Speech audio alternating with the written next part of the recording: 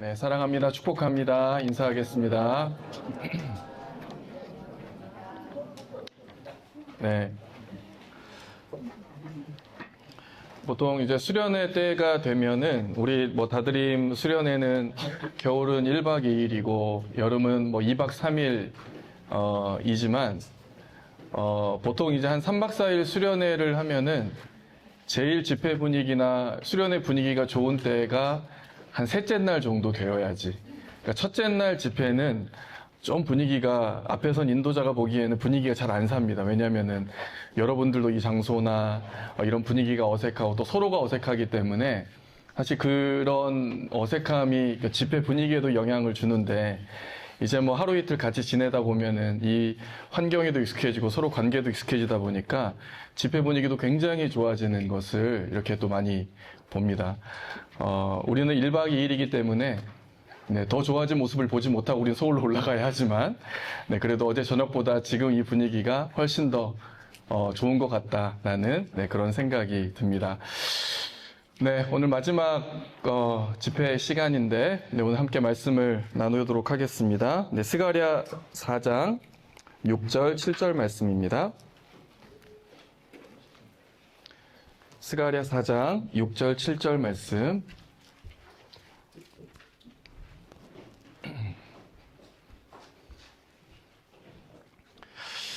네, 우리 한 목소리로 스가랴 4장 6절 7절을 읽겠습니다. 네, 시작. 그가 내게 여호와께서 스룹바벨에게 하신 말씀이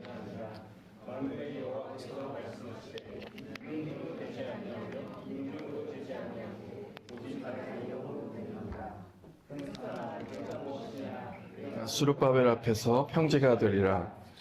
머릿돌을 내놓을 때 무리가 외치기를 은총이 그에게 있을지어다 하리라 하셨고. 아멘.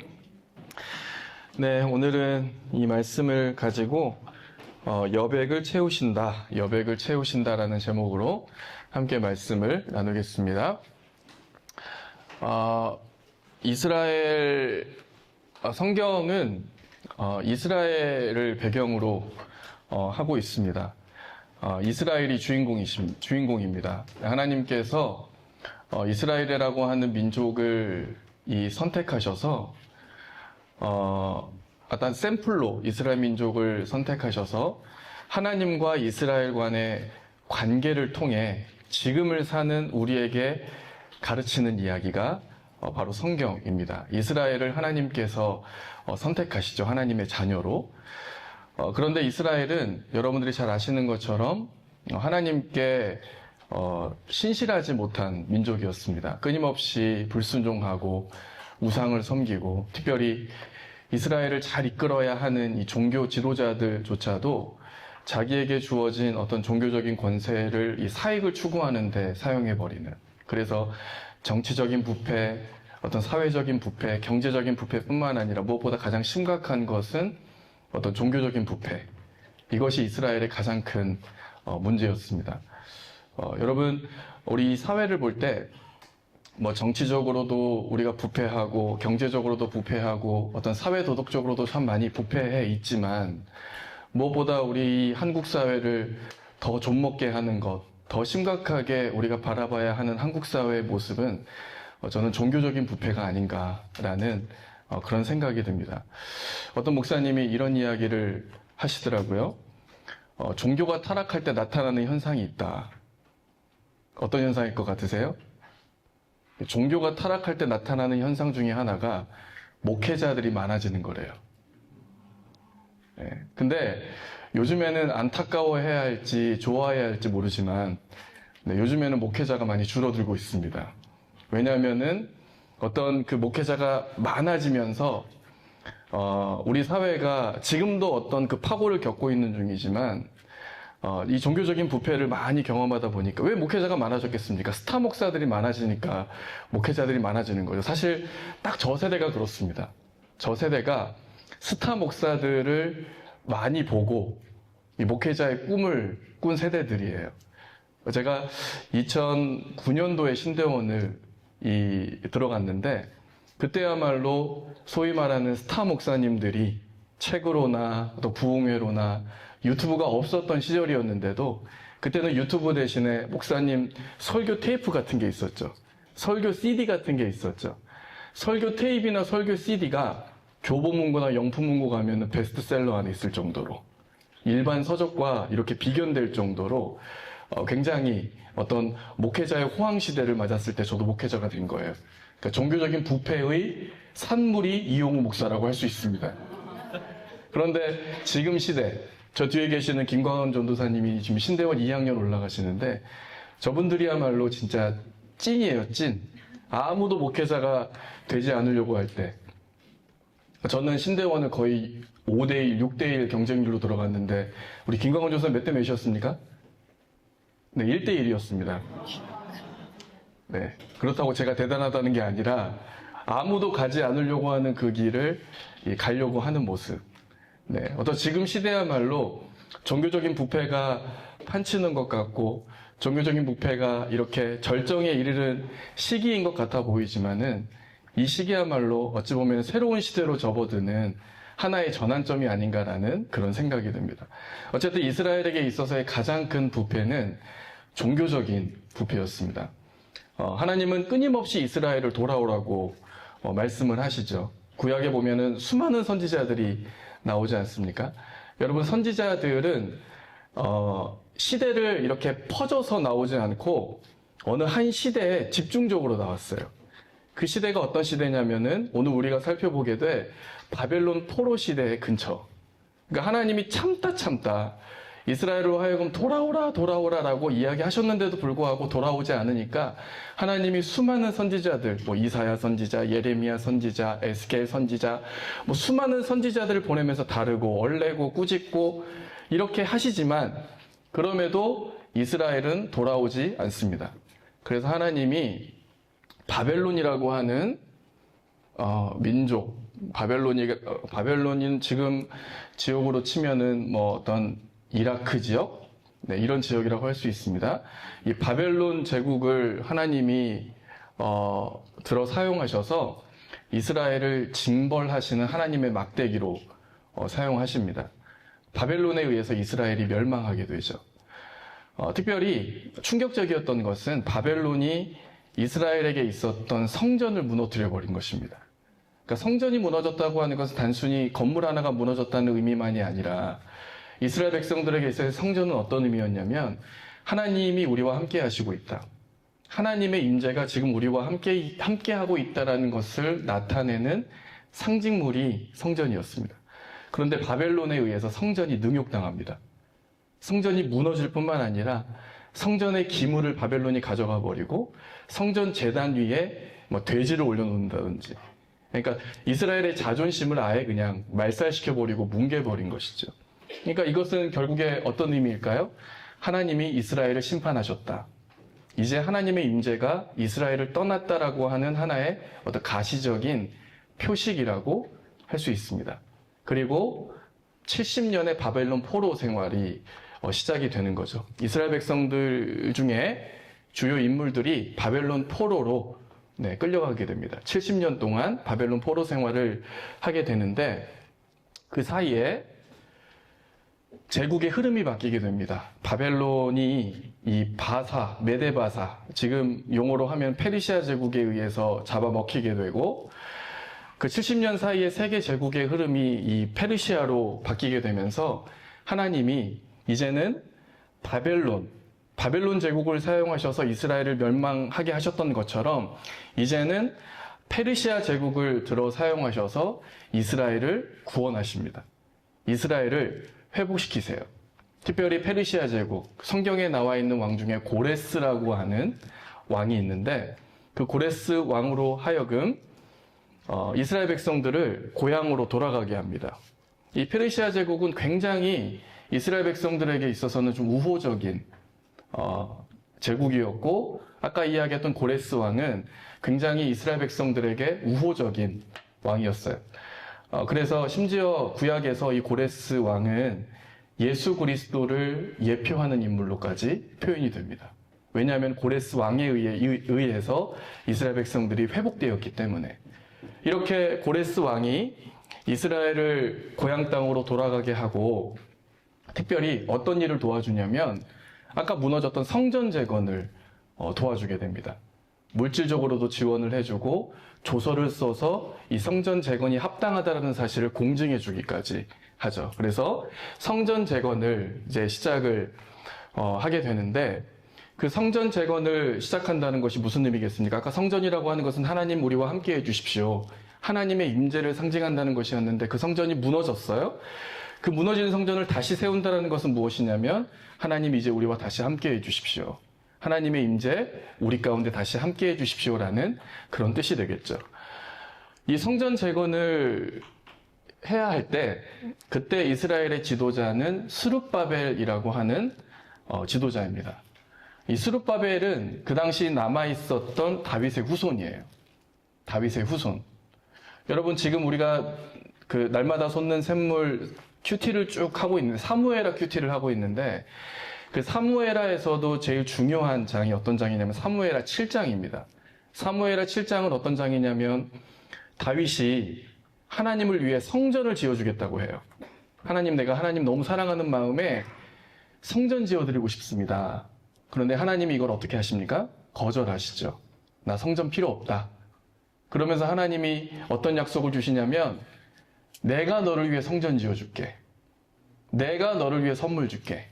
그래서 그 선물이 어떤 거냐면 너의 왕위를, 너의 왕권을 영원히 이르게 하겠다.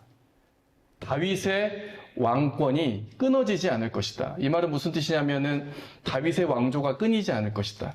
다윗의 아들이 왕이 되고 그 아들이 왕이 되고 그 후손이 왕이 되고 그 왕이 되고 왕이 되고 왕이 되어서 심지어는 바벨론 포로 70년 그 지속되는 기간에도 이 하나님의 약속은 이어져서 70년 이후에 이스라엘 백성들이 고향에 돌아왔을 때 그때 지도자로 세워진 인물 또한 다윗의 후손으로 세워지게 됩니다.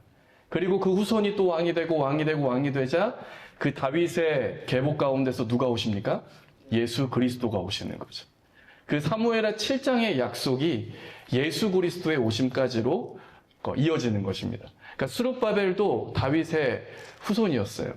그런데 스룹바벨은 너무나 무력한 지도자였습니다. 그 당시 지도자라면 군대가 있어야 하고 정치력이 있어야 하고 군사력이 있어야 하는데 이 스룹바벨이라고 하는 지도자에게는 이게 없었어요. 이게 주어지지가 않았어요. 또 한 가지 이 성전 재건함에 있어서 힘들었던 것은 주변 세력들의 방해. 여러분 70년 동안 이스라엘 백성들이 고향을 떠나 있었잖아요. 그 비어있는 땅 가만히 뒀겠습니까? 네, 이스라엘이랑 우리나라는 비슷한 점이 너무나 많아요. 이 분열됐을 때도 남과 북으로 분열이 되고 또 역사 내내 주변의 강대국으로부터 고생하잖아요. 아래에는 애굽, 위쪽으로는 나수르, 동쪽으로는 바벨론 뭐 이러면서 우리나라처럼 강대국에 이렇게 휩싸여 있는 우리나라처럼 이 역사 내내 외세에 시달려야 했고 또 우리나라는 비어있는 땅 못 보잖아요. 거기다 뭔가를 지어야 하잖아요. 그러니까 마찬가지로 이스라엘도 그 땅이 비어있을 때 그 땅을 가만히 두지 않는 이방 세력이 거기를 점령해버린 것입니다. 그래서 70년 만에 고향으로 돌아왔더니 그 땅이 남의 주인이 돼버린 것입니다. 그러니까 남의 주인이 그러니까 그 70년 동안 그 땅을 나름 지배하고 있었던 이방 세력이 봤을 때는 성전 재건을 찬성할 리가 없죠. 이거 내 땅인데. 라고 해서 집요하게 성전 재건을 방해하게 돼요. 아까 스룹바벨은 군대와 권력이 없다 그랬잖아요. 그런데 성전 재건을 방해하는 이방 세력은 군대와 권력을 가지고 있었어요. 심지어는 이들이 아까 이스라엘에게 우호적이었었던 페르시아 제국 그 고관들에게 편지를 보내가지고 모함하기도 합니다. 이들이 지금 페르시아에 대해서 반역을 모의하고 있는 거라고. 성전 재건을 짓는 이 작업이 반역을 모의하고 있는 거라고 막 편지까지 써서 이 페르시아 제국의 차원에서 성전 재건을 다시 뒤집어 버리게 만들려고 하는 그런 움직임까지 있었어요. 결국에 이러한 대내외적인 어려움으로 인하여서 성전 재건은 결국에 이 16년 동안 중단하게 됩니다. 16년 동안 성전 재건이 중단하게 돼요. 회복에 대한 소망과 기대를 가지고 성전 재건을 시작을 했지만 결국에는 내적으로도 어렵고 내적으로도 너무 가난하고 외적으로는 방해가 너무 극심한 나머지 성전 재건이 16년간 중단되게 됩니다. 그 사이에 이스라엘 백성들의 마음 가운데는 성전 재건을 하고자 하는 열망은 사라져버리고 또 70년 만에 고향으로 돌아왔기 때문에 뭐 먹고 삽니까? 먹고 살 것도 없어가지고 가난에 찌들린 나머지 결국에는 성전 재건을 포기하게 돼버리죠. 16년의 세월 동안. 하지만 성전 재건은 너무나 중요한 작업이었기 때문에 하나님께서는 2명의 선지자를 보내셔서 성전 재건을 다시 독려하게 하십니다. 그 2명의 선지자가 학개 선지자와 스가랴 선지자. 이 두 선지자는 동시대 선지자입니다. 이 두 선지자를 보내서 하나님이 성전 재건을 촉구하게 하시죠. 16년간 중단된 성전 재건을 촉구하게 하세요. 여러분, 그런데 이 학개 선지자하고 스가랴 선지자는 너무나 캐릭터가 상반된 선지자입니다. 학개 선지자는 한마디로 이야기하면 좀 T 선지자예요. T형 선지자. 그러니까 굉장히 직설적인 선지자입니다. 왜 성전 재건 안 하고 지금 이렇게 있는 거야? 가만히 앉아 있는 거야? 당장 성전 재건해. 아니, 지금 너무나 힘들고 나 지금 나 지금 성전 지을 힘이 없어서. 그러면 너희 집 지을 힘은 있고 성전 지을 힘은 없는 거야? 라는 식으로 막 꾸짖으면서 성전 재건을 촉구했던 선지자가 학개 선지자라면 스가랴 선지자는 굉장히 F형 선지자예요. 다독이면서 우리 다 잘 될 거야. 하나님이 잘 된다고 하셨어. 특히 스가랴 선지자는 환상이 많이 나오거든요. 내 꿈에 하나님이 이렇게 말씀하셨어. 우리가 성전 지금 지으면 성전에 영광이 충만할 거래. 우리 한번 성전 지어보자. F형 선지자. 여러분, 이 두 선지자의 스타일이 이 두 성경책의 분량에서도 나타나요. 학개 선지자는 단 2장, 단 2장. 근데 스가랴 선지자는 몇 장? 14장. 네. 이것 때문인지는 잘 모르겠지만 아무튼 두 선지자가 다른 캐릭터로, 어떤 선지자는 직설적이고 어떤 선지자는 환상을 통해 약간 다독이는 스타일로 이렇게 하나님이 독려를 하신 거죠. 오늘은 스가랴 선지자를 통한 말씀인데, 이렇게 16년 동안 성전 재건이 중단된 그 이스라엘 백성들, 특별히 아무것도 없어서 가난에 찌들어져 있고 힘이 없는 그 이스라엘 백성들을 향해 하나님의 스가랴 선지자를 통해 이렇게 말씀하십니다. 그가 내게 대답하여 이르되 여호와께서 스룹바벨에게 하신 말씀이 이러하니라. 만군의 여호와께서 말씀하시되 이는 힘으로도 되지 아니하며 능력으로도 되지 아니하고 오직 나의 영으로 되느니라. 여기에서 힘이라고 하는 단어는 다른 말로 하면 군대라고 하는 단어입니다. 그리고 능력이라고 하는 단어는 다른 말로 하면은 권력이라고 하는 말이 돼요. 스룹바벨과 이스라엘 백성들은 지금 자신들이 성전을 짓고 있지 못하는 이유가 자기에게 군대가 없고 자기에게 권력이 없기 때문이라고 생각했을 것입니다. 그러나 하나님께서는 이 말씀을 통해서 군대와 권력이 없다고 성전을 지을 수 없는 것도 아니고, 반대로 군대와 권력이 있다고 해서 성전을 지을 수 있는 것도 아니다라고 말씀하세요. 스룹바벨 입장에서 얼마나 무력했을까요? 자기에게 정치력도 없고 군사력도 없고, 어찌 보면 자기가 리더다라고 내세울 만한 어떠한 힘도 없는 그런 상황 가운데에서 주변 외세에게 눌려버리고 바사 제국, 페르시아 제국에 의해서 막 들락날락하는, 오르락내리락하는 그런 이스라엘의 현실, 자신의 리더십 현실을 보면서 어찌 보면 이렇게 낙망하지 않았을까. 내게 군사력이 없어서, 내게 정치력이 없어서, 내게 권력이 없어서. 그러나 하나님께서는 성전을 지을 때 힘도 아닌 능도 아닌 오직 나의 영으로 되느니라. 하나님의 영, 성령의 능력이 성전을 지을 것이다 라고 이렇게 말씀하시는 것이죠.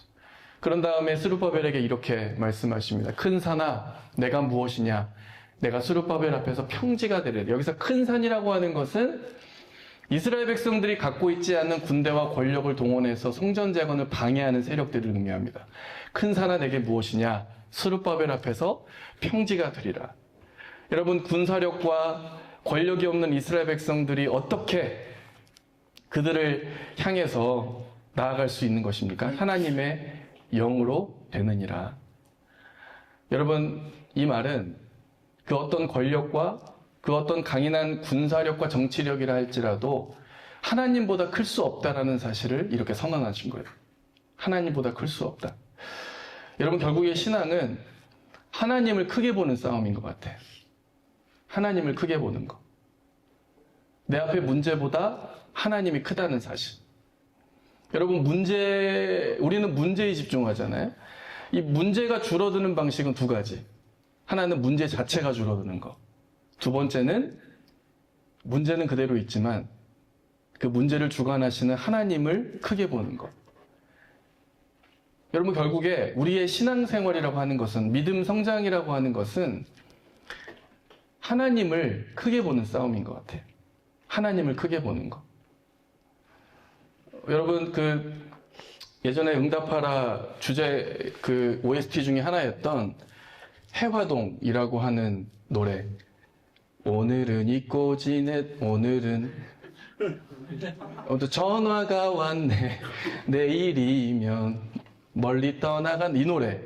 그러니까 어렸을 때 그 친구들을 오랜만에 만나러 고향인 해화동으로 간다라는 그런 이야기잖아요.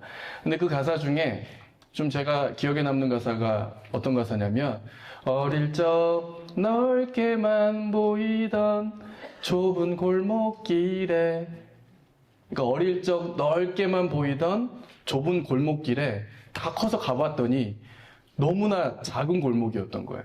여러분, 이런 경험 해보셨습니까? 어렸을 때. 네, 어렸을 때 정말 넓은 놀이터 같았는데 다 커서 거기 가보니 왜 이렇게 조그마한 놀이터였는지. 어렸을 때는 그렇게 넓은 골목이라서 거기서 야구도 하고 아이들하고 축구도 하고 막 캐치볼도 했던 데인데 지금 가봤더니 캐치볼은커녕 다닐 수도 없는 그 거리, 너무 작은 거리인 것처럼 보인 거예요. 여러분, 그 골목과 그 놀이터가 작아진 건가요? 아니죠. 우리가 크게 된 거죠. 우리의 시선이 크게 된 것입니다. 마찬가지로 신앙생활이라고 하는 것은 예전에는 동일한 문제였는데 그 문제가 굉장히 큰 문제였어요. 근데 하나님을 더 깊이 알고 우리의 신앙이 성숙하면 성숙할수록 동일한 문제를 보는 시각이 달라집니다. 그 문제가 너무나 작아져 버린 거예요. 신앙이 어릴 적 너무 넓게만 보였던 그 문제가 이제는 신앙이 커서 하나님을 더 깊이 알고 그 문제를 봤더니 진짜 아무것도 아닌 문제였구나. 여러분, 신앙은 하나님을 크게 보는 것. 지금 이스라엘 백성들과 스룹바벨 앞에 요구하시는 하나님의 믿음은 그 군대와 권력이 아무리 크다 할지라도 하나님보다 클 수는 없다라는 사실을 알려주고 있는 것이죠. 그런 다음에 이렇게 이야기합니다. 그가 머릿돌을 내놓을 때, 여기서 머릿돌이라고 하는 것은 건물을 다 짓고 난 다음에 그 앞에 세우는 기념비를 의미하죠. 그 기념비를 내놓을 때 무리가 외치기를 은총이 그에게 있을지어다. 은총이 그에게 있을지어다. 기념비를 딱 세우고 난 다음에 거기에 모인 많은 무리들이 은총이 그에게 있을지어다. 즉 하나님의 은총을, 하나님의 은혜를 다 찬양하게 될 것이다라는 것입니다. 무슨 뜻일까요?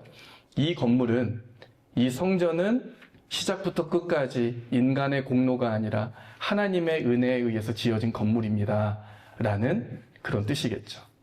시작부터 끝까지 하나님의 은혜입니다. 여기서 은총, 히브리어로 2번 반복된다는 것은 최상급의 표현입니다. 이것은 완전한 은혜입니다. 이것은 넘치는 은혜입니다. 이것은 오직 은혜입니다 라는 표현이에요. 여러분, 시작부터 끝까지 인간의 공로가 아닌 하나님의 은혜. 어쩌면 우리의 삶에 고비마다 내뱉어야 하는, 외쳐야 하는 고백이 바로 이 고백일 줄 믿습니다. 하나님의 은혜입니다. 모든 것이 다 하나님의 은총이었습니다. 라는 고백이에요. 여러분, 사실 우리가 은혜로 산다는 것은 이 죄인된 본성을 가진 인간의 관점으로 봤을 때는 사실 매력적인 삶은 아니에요. 우리가 추구하는 삶도 아닙니다. 여러분, 솔직하게 한번 돌아보자고요. 은혜로 살아가고 싶으십니까? 은혜로 살고 싶으십니까? 미국 목사님이 쓰신 어떤 책을 봤는데 그 책의 목사님이 진짜 솔직하게 이런 표현을 하더라고요. 나는 은혜가 필요 없는 사람처럼 사역하고 싶었다. 내가 내 사역을 돌아보니 은혜가 필요 없는 사람처럼 사역하고 싶었다. 이게 무슨 말인가? 그러니까 자기는 좀 있어 보이고 싶고 실수도 없고 남에게 도움 요청할 일도 없고 남에게 미안할 일도 없는 사역을 하고 싶었대요. 그러니까 이 모습이 정말 나는 은혜가 없이 사역하고 싶었던 사람의 모습이었다. 근데 이 목사님이 언제 깨지냐면, 이 목사님은 진짜 지독한 완벽주의였던 것 같아요. 근데 이 목사님이 언제 깨지냐면 스케줄이 틀어져 버린 거예요. 어디 가야 하는 집회 일정과 누구의 결혼주례 일정이 겹쳐버려가지고 결국에는 집회만 가고 이 결혼주례를 하기로 한 이 커플들에게 정말 미안하다고 이야기를 해야만 하는 상황에서 이걸 깨달은 거예요. 나는 진짜 은혜가 필요 없는 사람처럼 사역하고 싶었던 거구나. 실수가 없는, 그래서 남에게 미안할 일도 없고 남에게 도움 요청할 일도 없는 그런 사람처럼 사역하고 싶었구나. 그러면서 이렇게 고백합니다. 시종일관 은혜를 설교했으면서 정작 나에게 그 은혜가 필요할까봐 두려웠다. 그러니까 은혜를 구한다는 것은 내 약함과 사실 마주하는 것이잖아요. 내 약함과. 여러분, 저는 이 목사님의 글을 읽고 진짜 이게 내 모습인 것 같아요. 저도 정말 지독하게 남에게 도움 요청할 일 없었으면 좋겠고, 남에게 미안할 일 없었으면 좋겠고, 남에게 읍소할 일 없었으면 좋겠고, 그게 제 자존심인 것 같아요. 그래서 목사로 살아가면서 남 도움 받지 않고 그래도 혼자 똑똑하게 잘하네? 이런 말을 듣고 싶은, 이런 말을 듣는 사역을 저도 하고 싶은 것 같아요. 여러분, 그래서 제가 누구에게 리더 같이 하자고 도움 요청하는 거, 그거 저 쉽게 하는 이야기 아닙니다. 얼마나 제 마음을 다스려서 읍소해야지, 사정해야지. 여러분, 저는 진짜 은혜 없이 리더 세우고 싶어요. 하자는 족족 다 리더하고 막 리더 대기 명단 막 이렇게 있고, 오늘은 이번 분기 때는 리더가 너무 차서 다음 분기 때 하시면 좋을 것 같습니다. 뭐 이러면서 은혜 없이 이 작업을 하고 싶어요. 근데 리더를 세울 때마다 수련회를 앞두고, 아니 매 주일마다 은혜 없이는 숨 쉴 수 없는 그런 매주, 어쩌면 여러분들의 삶도 정말 내가 은혜 없이 하루하루 살아가고 싶은데, 좀 여러분, 은혜로 살아간다는 것은 저는 다른 말로 하면 숨 막히게 살아가는 거라고 생각해요. 늘 하나님만 바라봐야 하잖아요. 늘 내가 좀 하나님도 안 바라보고 좀 내 힘으로 좀 안정적으로 살아가고 싶다라는 욕심이 우리 모두에게 다 있잖아요. 저도 마찬가지인 것 같아요. 그래서 이 목사님이 이렇게 이야기하더라고요. 은혜를 받아들인다는 것은 세상에서 최고로 고약한 기분이다. 은혜를 받아들인다는 것은 세상에서 최고로 고약한 기분이다. 왜냐? 은혜를 받아들인다는 것은 내 약함에 직면하는 일이고, 내가 아무것도 할 수 없는 존재구나, 내가 내세울 공로가 아무것도 없구나라고 하는 인정이기 때문에, 여러분, 죄라는 것 자체가 하나님의 은혜를 거절하는 거잖아요. 죄라는 것 자체가 나 하나님의 은혜로 안 살래. 내 힘으로 살아가 볼래. 라고 하는 인간의 자기 선언이었잖아요. 그러니까 여전히 우리 가운데는 죄된 본성이 있기 때문에 하나님의 은혜를 받아들이는 것에 너무나 불편해요. 너무나 어색해요. 그래서 제가 예전에 수요예배 때도 한번 했던 설교인데, 마틴 루터라고 하는 신학자는 인간이 하나님의 은혜로 살아간다라는 원리를 어떻게 설명하냐면 낯선 의라는 개념으로 설명해요. 낯선 의.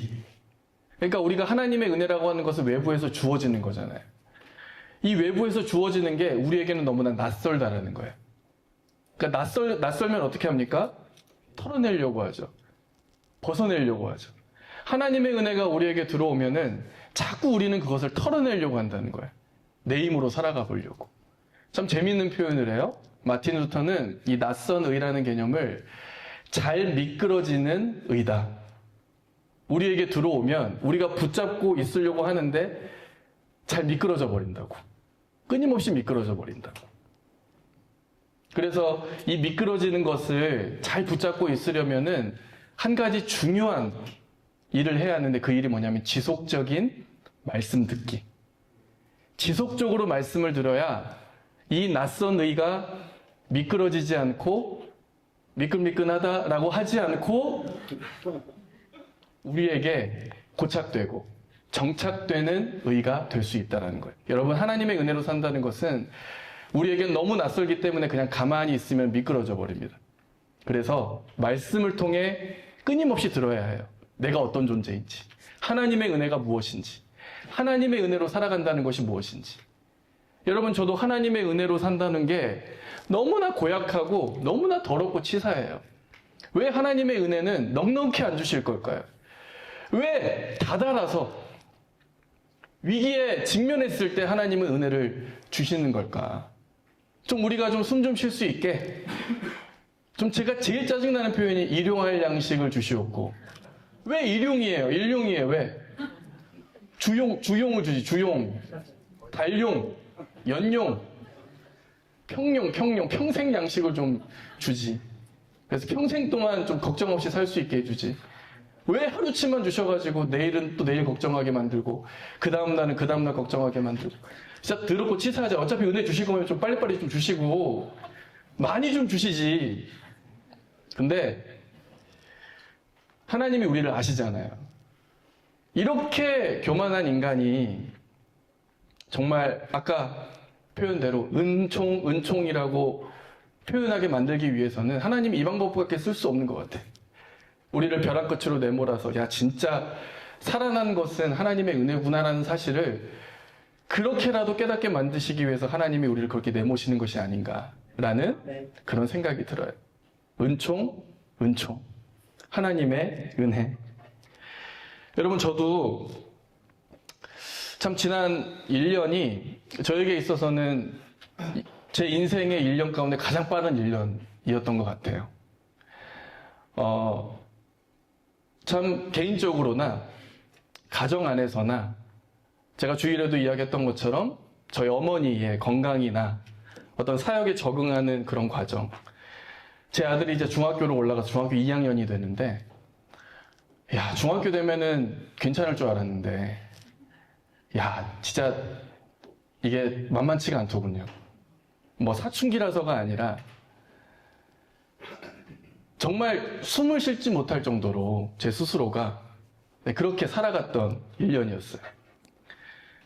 근데 하나님이 꼭 인도를 하시는데 한 걸음 한 걸음 1월, 2월, 3월, 4월 아니 1월 1일, 1월 2일, 1월 3일 아니 1월 1일 10시, 1월 1일 11시, 1월 2일 12시 이렇게 인도하시는데 하나님이 1단계부터 5단계까지가 있다면 좀 한 3단계 정도까지는 좀 보여주시지.